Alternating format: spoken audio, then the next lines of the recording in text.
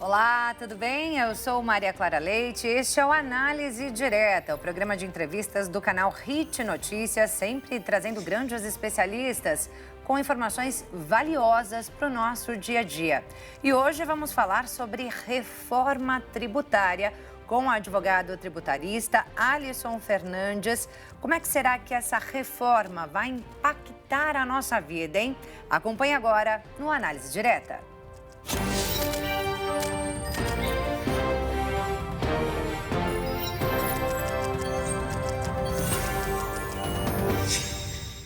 Seja muito bem-vindo ao programa Análise Direta, transmitido para todo o Brasil pelo canal Hit Notícias e para mais 191 países pelo canal 1 Europa. Hoje vamos falar sobre reforma tributária, começando pela reforma tributária do consumo, que já foi aprovada e já começa a valer neste ano de 2024. Para falar sobre esse assunto, aqui ao meu lado está o advogado tributarista Alisson Fernandes. Muito obrigada por ter vindo aqui ao nosso programa. É um prazer te receber. O prazer é todo meu, Maria Clara. Obrigado pelo convite. Estou à disposição aqui para falar sobre esse assunto tão polêmico, tão importante, que pode sim impactar a vida de todos nós. Primeiro, vamos já começar falando o que mudou até aqui, doutor? Claro, vamos lá. Bom, é importante primeiro falar que nós estamos nesse momento falando de uma reforma tributária sobre o consumo. Isso significa dizer que nós estamos trabalhando com os tributos indiretos, aqueles impostos que estão embutidos nos serviços ou produtos que muitas vezes a gente não percebe quando paga por algum serviço ou algum produto. Hoje nós temos basicamente 5 tributos que englobam esses tributos indiretos, que são o PIS, o COFINS, o IPI, o ICMS e o ISS. Esses 5 tributos estão sendo substituídos por pelo menos 3 tributos, que é o chamado IVA dual, sendo, primeiro, o IVA IBS, que é o Imposto sobre Bens e Serviços, que é destinado para os estados e município, e a CBS, que é um IVA destinado para o governo federal, para as contribuições em substituição ao PIS e COFINS. E, por último, um imposto também chamado imposto seletivo, que a ideia é substituir ele pelo IPI, atual IPI. Então, basicamente, nós estamos trocando 5 tributos por 3 tributos em um modelo diferente de arrecadação. Isso reduz o imposto que a gente paga ou aumenta? Essa pergunta é muito boa, né? Essa pergunta é muito boa e o que nós temos percebido e os estudos têm avaliado uma carga tributária neutra. O que isso quer dizer, né? O governo federal, através, obviamente, da proposta, quis trazer um novo modelo de arrecadação tributária e não, por hora, mexer no que diz respeito ao aumento ou diminuição da carga tributária. Mas veja, com o passar do tempo, a gente tem percebido que pode ser que alguns setores específicos tenham, sim, um aumento da carga tributária. Por exemplo, o setor de serviço vem questionando muito a possibilidade de eles terem um aumento da carga tributária. E acontecendo, eventualmente, um aumento dessa carga, se aquele prestador de serviço ou aquele comerciante não conseguir absorver esse aumento no seu negócio, possivelmente ele pode passar para o preço, haja vista que esse tributo, essa reforma tributária é do consumo, é do serviço, então ele pode ser que ele queira embutir ali no serviço, no produto e repassar para os contribuintes, para nós, pessoas físicas que consomem ali o produto ou serviço. Então, há uma preocupação com relação a alguns setores específicos de ter, sim, um aumento de carga tributária. Como é que a gente coloca isso na prática, doutor? Dá para a gente dar aqui alguns exemplos dessa mudança de tributação em um produto, outro produto ou serviço? Claro, claro que sim. Eu acho que um dos exemplos muito importantes que dá para ilustrar bem, eu acho que todo mundo pode ter uma aplicabilidade em casa, quando nós consumimos, por exemplo, um serviço de assinatura em casa, de televisão, por exemplo, rádio e TV, nós não enxergamos efetivamente quais são os tributos lá incididos naquela operação. Na medida que eu altero a sistemática de tributação, eu dou mais visibilidade. Então, quando eu recebo uma fatura em casa, por exemplo, daquele consumo de serviço, eu vou ter destacado daquela fatura quais foram os tributos que foram incididos daquela operação, naquele serviço. De forma que eu consigo segregar o que é o serviço daquele intermediário, daquela empresa que está prestando o serviço e qual é o tributo ali embutido. Nós já temos hoje no Brasil como um todo algumas legislações que obrigam as empresas de colocarem nas suas faturas, nas suas notas, a descrição da carga tributária aproximada. A diferença é que agora nós temos mais visibilidade, nós temos mais abertura de quais são os tributos e as suas alíquotas, respectivamente. Então, nós teremos mais transparência naqueles tributos que nós ali pagaremos. Mais uma vez, a expectativa é de não ter aumento de carga tributária. Então, eu vou ter mais visibilidade, eu vou saber quais são os tributos que eu estou pagando, qual o valor do serviço, qual o valor do tributo, com a expectativa de não ter nenhuma alteração de preço. Mas nós não temos ainda certeza se a empresa, por exemplo, que está ali fornecendo o serviço, vai conseguir eventualmente absorver essas mudanças e não vai ter eventualmente aumento para eles e vai não repassar, digamos, nenhum tipo de aumento naquele setor. É uma preocupação ainda, Maria Clara, com relação a esse impacto no nosso bolso. Se nós continuaremos ainda pagando nesse serviço de assinatura, por exemplo, o mesmo preço, ou se eventualmente essa reforma impacte de alguma forma aquele negócio e, por consequência, impactar também o preço que chega para nós. É uma preocupação que nós teremos que ver nos próximos meses aí. A gente vai ter que ir sentindo isso ao longo de 2024, né? Porque a gente vê isso começando agora, né? Já a aplicação das mudanças, né? Dessa reforma. E aí, ao longo de 2024, a gente vai saber se as empresas vão se adequar, se elas vão se adaptar a essas mudanças e se vai repassar para o nosso bolso, para o consumidor. É verdade. Uma parte boa da proposta é que eles estabeleceram um período de transição, né? Então, em 24 em diante, esse período em diante, nós teremos oportunidade de fazer essa avaliação de fato. Qual foi o impacto, qual está sendo o impacto na nossa empresa, no nosso negócio, nas empresas de forma geral, e se eventualmente nós teremos que repassar, ter que fazer uma alteração no que diz respeito à parte prática de preço. A reforma em si, ela começa a fazer uma modificação na estrutura a partir de 2026. Né? Então, nós teremos um período aí de começar a ensaiar, fazer diferentes cenários de tributação, para aí sim avaliar se teremos eventualmente um impacto nas empresas, nos negócios e, por consequentemente, eventualmente, no preço que nós pagamos. Quando a gente fala dessa reforma tributária no consumo, né, você falava que na parte de serviços, a gente vai conseguir perceber bem, né, segregar bem, né, o que é o serviço e o que são os impostos embutidos ali naquele serviço. Mas e com relação aos produtos? A gente também consegue fazer essa separação de alguma forma? Maravilha. Sim, a reforma também engloba produtos de forma gerais e mercadorias, né, de forma geral. E a ideia também é dar essa visibilidade com relação a quais são os tributos ali incidentes naquela operação e qual é o valor do produto em si, né, da mercadoria, do preço da mercadoria. Assim como vai acontecer com o ISS, né, que é o Imposto sobre Serviço, serviço de forma geral. Então, a ideia, tanto para serviços quanto para produtos ou mercadorias, é trazer essa visibilidade do qual o preço daquele produto ou serviço e qual o valor que estou pagando a título de tributos.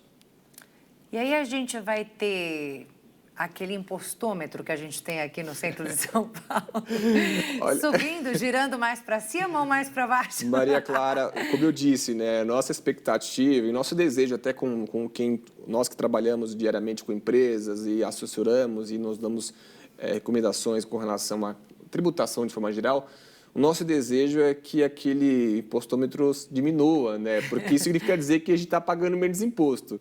Mas a gente não pode ter certeza, não pode dar certeza, porque vai ser um desafio, inclusive, Maria Clara, do período de transição. Porque o governo tem discursado e a proposta também tem na sua essência de neutralidade. E neutralidade significa dizer que, olha, eu não quero aumentar nem diminuir tributo, eu quero dar um novo modelo de arrecadação dos tributos. Esse é o discurso, Maria Clara. Se esse é o discurso de não aumento ou diminuição, aquele impostômetro deveria ficar neutro, né? Deveria ficar padronizado. Mas todo ano a gente vê subir, viu? Obviamente já que a gente... Já está ali em trilhões. Obviamente que essa, de fato, é uma discussão que a gente tem a nível nacional de carga tributária, que já é muito, muito alta, né? Que é um ponto, inclusive, que a gente discute bastante, a gente entende que deveria ser razoável começar a discutir uma questão de reforma administrativa. Por quê? Não há como falar, Maria Clara, esse é um ponto muito importante, de redução de carga tributária se eu não falar em reforma administrativa. Porque o tributo que eu pago, você paga, nós pagamos, ele serve para poder fazer a manutenção da máquina pública. Então, se eu não faço uma reforma administrativa reduzindo a máquina pública, não tem como falar em redução de carga tributária. Então, esse é um desafio que o governo entende que deve se preocupar, porque, diferente disso, nós não teremos condições de fazer uma redução da carga tributária, porque a máquina pública ela é grande, ela está inchada e precisa de recursos para poder girar, né? Então, esse é o desafio, né, de a gente, consequentemente, talvez, paralelamente, fazer uma reforma administrativa para poder ter espaço em diminuir a carga tributária, porque, diferente disso, mais uma vez, fica difícil a gente reduzir tributo hoje no Brasil. E todo mundo paga a mesma coisa, né? Não importa a renda daquela pessoa, os impostos são iguais para todos, né? Dentro dos produtos que são comprados, adquiridos. Isso é verdade, Maria Clara. Então, é uma questão bem sensível no que diz respeito à parte de política fiscal voltada mais para uma questão social. Porque hoje, seja a pessoa de renda alta ou de baixa renda, ela paga o tributo sobre o consumo de forma igualitária. Isso não traz uma justiça social, né, vamos dizer assim. Então, a ideia, inclusive, do governo com essa reforma tributária é criar mecanismos de tentar desestimular essa desigualdade, digamos assim, né? Por exemplo, na própria PEC tem um projeto de cashback para alguns produtos, específico para pessoas de baixa renda. Então, aquele indivíduo de baixa renda que consome algum produto poderá, eventualmente, pedir um cashback dos impostos pagos naqueles produtos que foram consumidos por eles. Essa é uma ideia de tentar equilibrar um pouco essa questão da justiça social por trás da reforma tributária, que é um desafio central. O Brasil, como de forma estrutural, ele foi desenhado efetivamente, Maria Clara, uma tributação não tão adequada em termos de justiça social. A gente tributa muito o consumo e o serviço e tributa talvez não tão adequadamente a renda.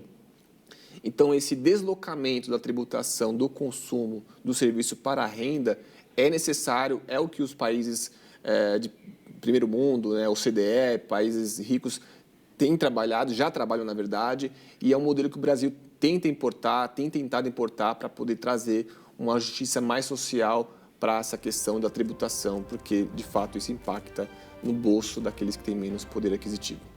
É por isso que se pensa também em fazer essa reforma tributária sobre o imposto de renda, né? A gente fala mais sobre esse assunto daqui a pouquinho, depois do intervalo. Não sai daí não, fica com a gente.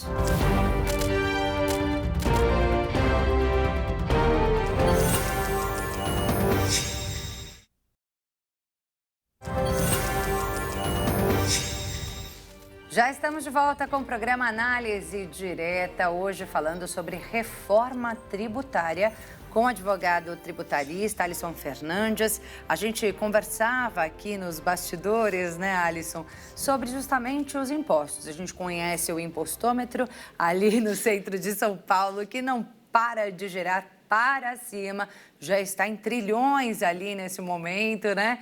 E aí a gente sabe que tem os impostos, a gente sabe que paga impostos sobre tudo, mas a gente não enxerga exatamente o que pagamos, né? É verdade, Maria Clara. É muito verdade o que você está falando, e esse é um desafio, inclusive, da reforma tributária. Tentar dar mais transparência para os tributos, os impostos que nós estamos pagando. Hoje, por exemplo, quando nós vamos ao supermercado ou vamos em alguma loja e consumimos algum produto ou serviço, a gente paga pelo aquele serviço, aquele produto e não tem visibilidade. Eu pago, por exemplo, numa compra de R$100 lá no mercado, eu não sei quanto que eu paguei de tributo. E uma das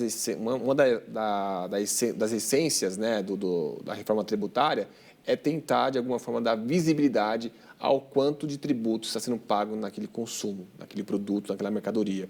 É o desejo que nós termos isso de forma mais visual, né, e assim ter sensibilidade do que nós estamos pagando de tributo para cada consumo.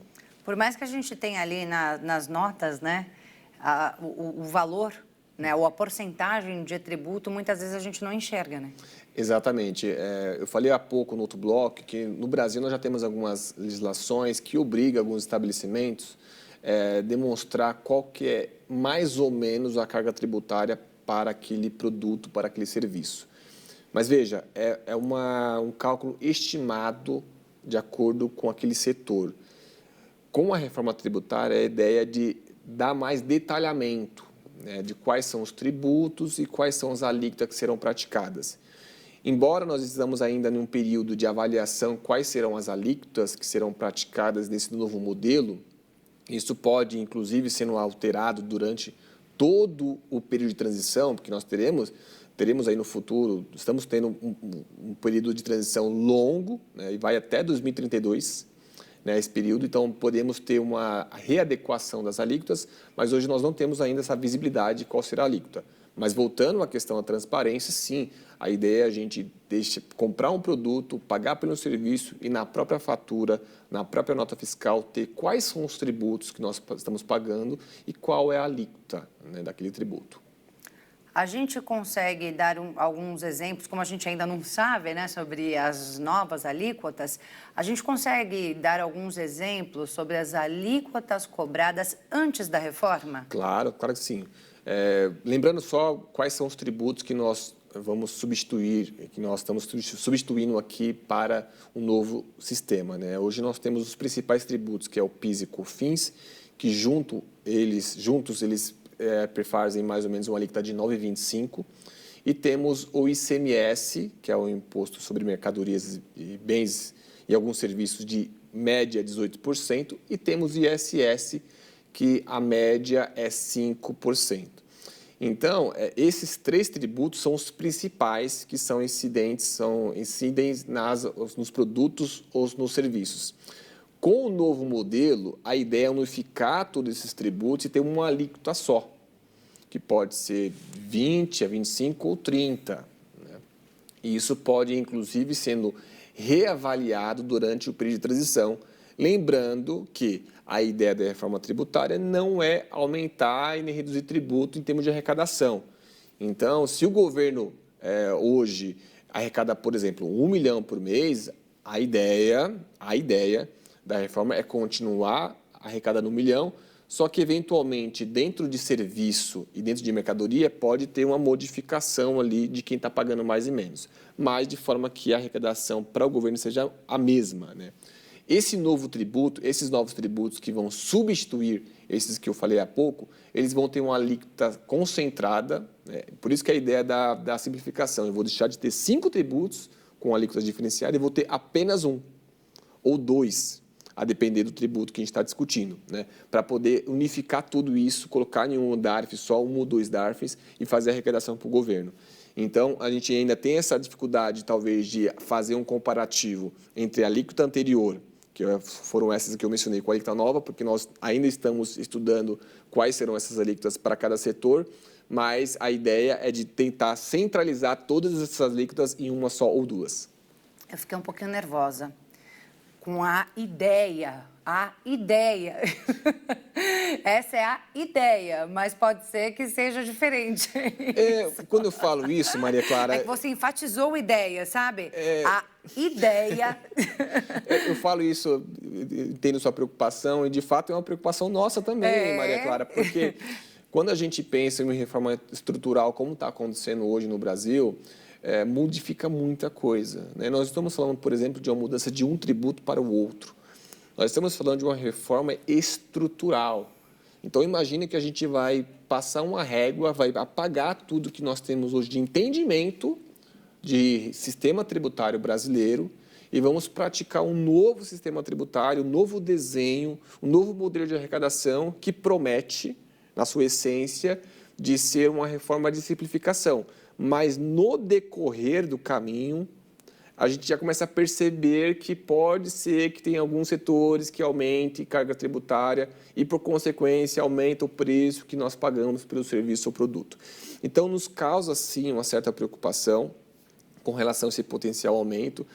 Haja vista, inclusive, que nós não temos condições hoje no Brasil de fazer uma redução de carga tributária porque a máquina pública ela não reduz, ela só aumenta. Então, sendo os impostos a principal fonte de manutenção da máquina pública, hospitais, vias públicas, obras, tudo que envolve público, quem financia são os impostos. E se a gente tem um aumento dessa máquina pública, saúde, educação, enfim, de forma geral, não temos como falar em diminuição da carga tributária. Então, possivelmente, a gente vai aumentando à medida que vem o aumento também dos serviços públicos. Então, o nosso desejo seria que, ao mesmo tempo que a gente estivesse aqui falando, discutindo sobre reforma tributária, Maria Clara, o desejo seria que a gente também estivesse falando de uma reforma administrativa, para tentar trazer mais eficiência, talvez reduzir um pouco alguns setores não tão eficientes na máquina pública, para ter chance de diminuir um pouco a carga tributária e aí a gente, quando for comprar nosso sapato, comprar nossa alimentação de casa, sentir um pouco essa redução de imposto no nosso dia a dia. Esse é o nosso desejo. Mas e por isso que a gente fica meio preocupado, porque no decorrer das análises, no decorrer desse processo de mudança, a gente percebe que pode ser que alguns setores sofram e aí, por consequentemente, a gente também possa ser afetado pela essa reforma tributária, entendeu? Só voltando um pouquinho, doutor, a gente falava sobre o quanto nós pagamos de impostos, né? Mas muitas vezes a gente acaba não enxergando esses impostos que pagamos.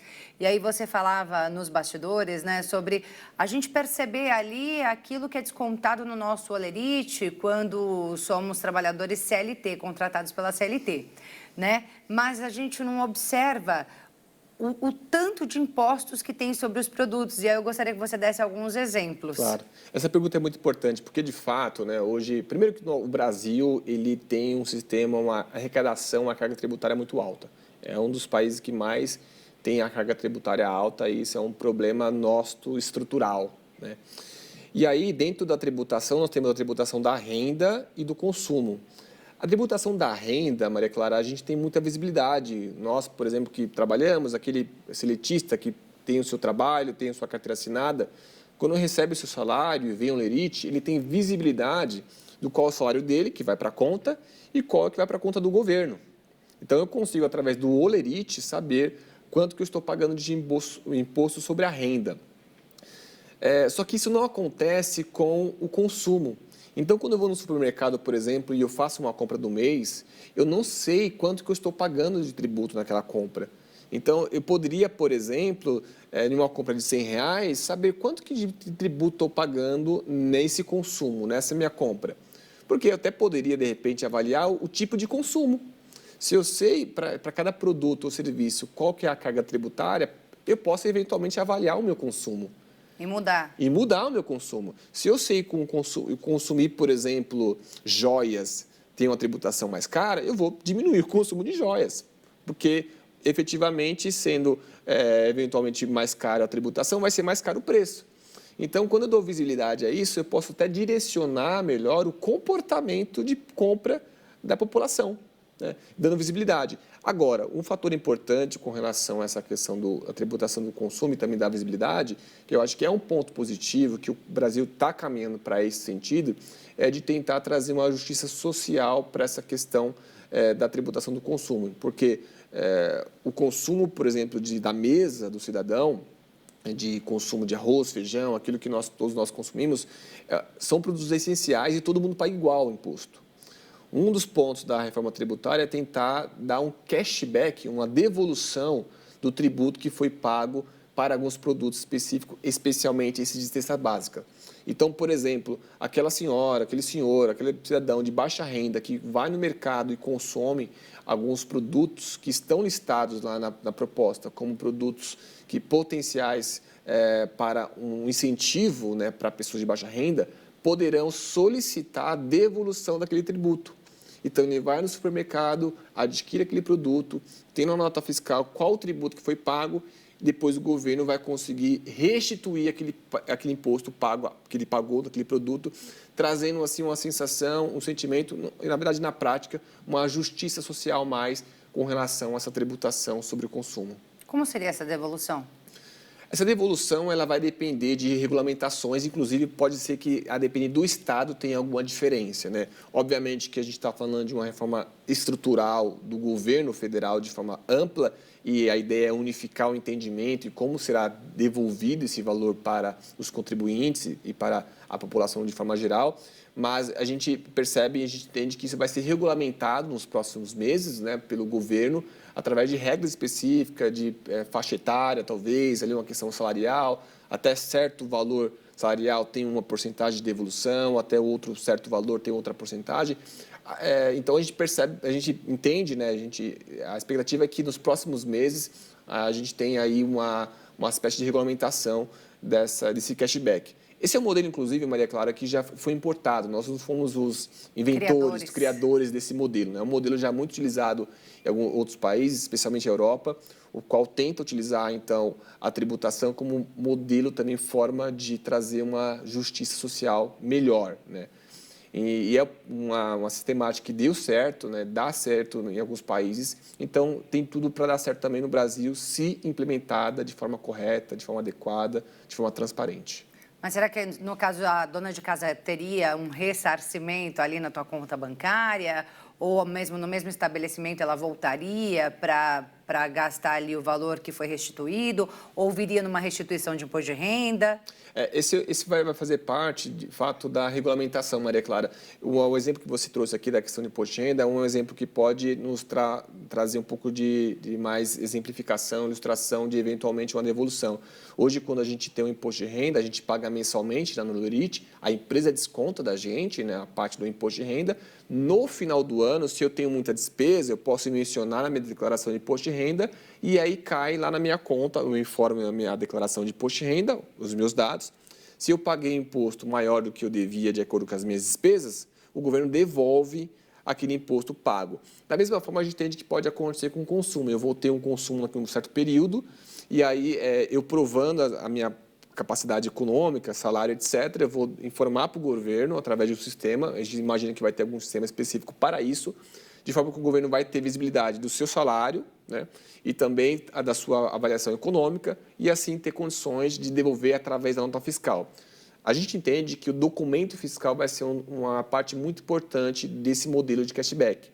Então, guardar a documentação, assim como acontece para o imposto de renda, por exemplo, quando você tem despesa durante o ano com educação, etc., com filhos, e você tem que guardar para poder informar na sua declaração de imposto de renda, da mesma forma a gente entende que deverá ser um fator muito importante na determinação da devolução do valor que você pagou ali no supermercado, por exemplo, a título de tributo, para depois pedir uma devolução para o governo. É uma parte importante aí que certamente os contribuintes, as pessoas, de forma geral, devem se atentar e sempre guardar esse recibinho para no futuro, eventualmente, pedir a devolução.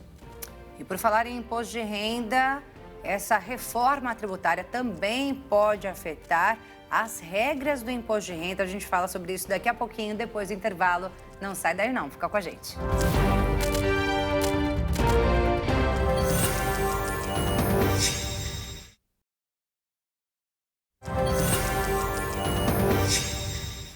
Já estamos de volta com o programa Análise Direta, hoje com o advogado tributarista Alisson Fernandes, falando sobre reforma tributária, já com novas regras aí vigorando nesse ano de 2024. E a gente já passou aí por diversos pontos e ficou faltando a gente falar sobre alguns setores que vão ter aí um tratamento diferenciado na tributação com essa reforma. E eu gostaria que você falasse sobre isso. Claro, claro. Bom, Maria Clara, uma das ideias da proposta também é tentar, de alguma forma, incentivar alguns setores que são importantes para a sociedade. Um deles, obviamente, é a educação. A educação, como nós sabemos, é um setor muito importante para o desenvolvimento do país. Então, por ter uma questão de justiça social também, esse setor precisa de incentivos, né? Precisa de caminhos mais facilitados, digamos assim, com relação à tributação, para que a gente estimule a educação no país de forma geral. Então, o setor da educação é um setor que foi excetuado na reforma tributária. Eles terão um tratamento diferenciado com relação à tributação. Nós não sabemos ainda o detalhamento, o governo deve emitir algumas instruções, quais serão os detalhamentos, quais serão as particularidades do setor com relação ao tipo de tributação, alíquota e etc., mas nós já sabemos que eles terão um tratamento diferenciado. E faz muito sentido, como eu disse, para a nação, né? Nós precisamos de setores como a educação, saúde também é um outro setor que foi situado, estímulos, né, para crescimento, para aprimoramento, para crescimento. E aí teria aí uma diferenciação nos tributos, né? Na cobrança dos tributos seriam reduzidos. Exatamente, essa é a ideia, de tentar trazer uma carga menor para esses setores, porque nós devemos ter algumas alíquotas aí setoriais, muito se fala aí em 27, 28, 30, 25, a depender do setor. Então, a ideia é trazer uma carga tributária para esse setor menor que isso, de forma que fique mais atrativo, fique mais viável para o Brasil, a nação como um todo, oferecer esse serviço à população que é essencial para o desenvolvimento econômico. Com essa reforma tributária, o que fica com o governo federal? O que vai para estados? O que vai para municípios? Perfeito. Essa pergunta é muito boa porque o novo sistema ele trouxe um modelo de IVA dual. O que é esse IVA dual, né? Porque de onde que veio esse tema IVA dual? Primeiro, o IVA veio de Imposto sobre Valor Agregado e dual veio de dois. Nós teremos, então, um IVA, um imposto destinado para o governo federal, que é a CBS, e teremos um IVA para os estados e municípios, que é o IBS, Imposto sobre Bens e Serviços. Então, teremos dois IVAs, aí, digamos assim, um destinado para o governo federal e outro destinado para estados e municípios. Tá certo.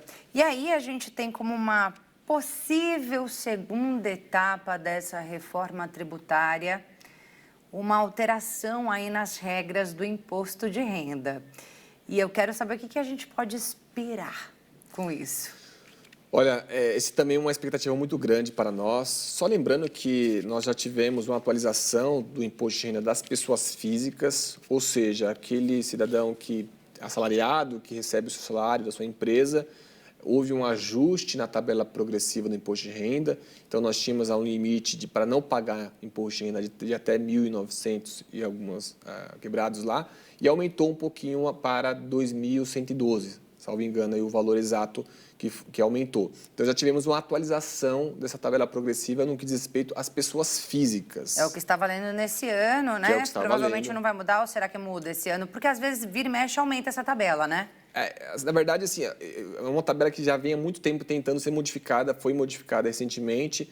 Sempre há um desejo de atualizar, porque nós sabemos que nós já pagamos muitos impostos, então não faria sentido pagar muito imposto com um salário muito baixo. Então, o ideal seria aumentar um pouco essa tabela. Inclusive, tem estudos que falam que essa tabela está defasada já há alguns anos, né?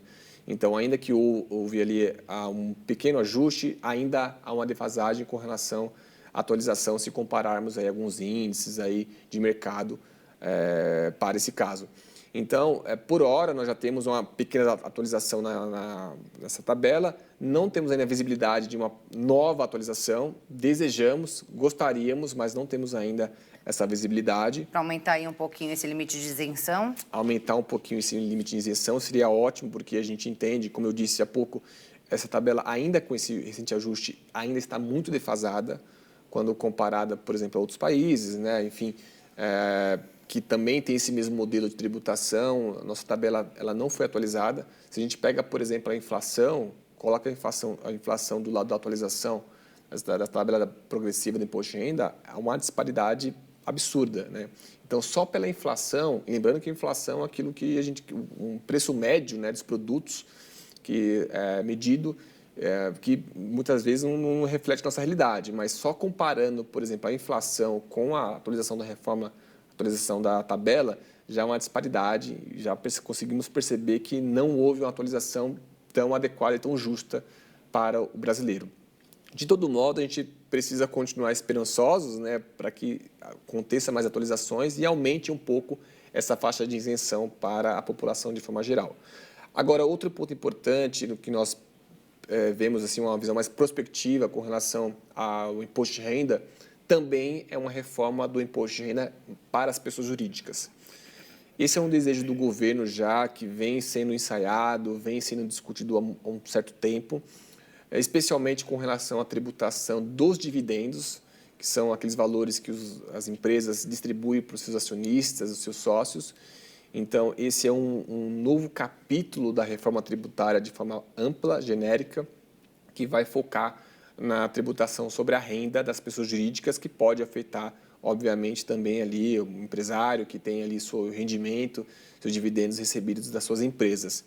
Nós entendemos que esse é um caminho sem volta, deve acontecer, não sabemos ainda o modelo, qual será adequado, será praticado.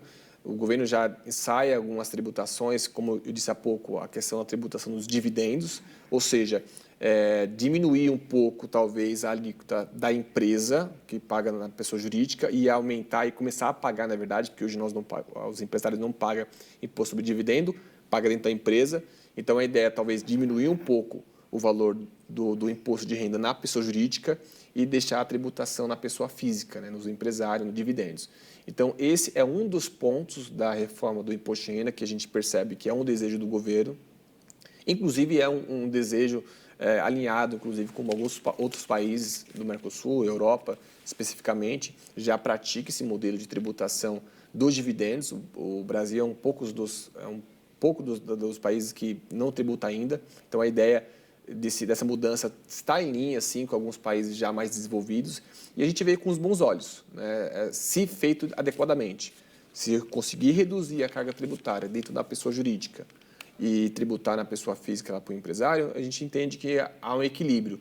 O que não pode acontecer é a gente deixar a mesma carga tributária, na nossa visão, na pessoa jurídica e também querer tributar a pessoa física, também tributar o empresário, aquela pessoa que recebe os dividendos. Então, sejamos assim otimistas para que venha um modelo adequado, justo e que faça de fato um equilíbrio fiscal adequado para o Brasil. Mas tudo isso ainda em muita discussão, né? Será que a gente já tem uma... Será que o governo já bate martelo sobre isso até o final do ano? Olha, é desafio, Maria Clara, é desafiador porque esse assunto é um assunto muito técnico, né? É muito difícil você discutir isso do ponto de vista técnico para a população, mas é um assunto que a população precisa ter clareza.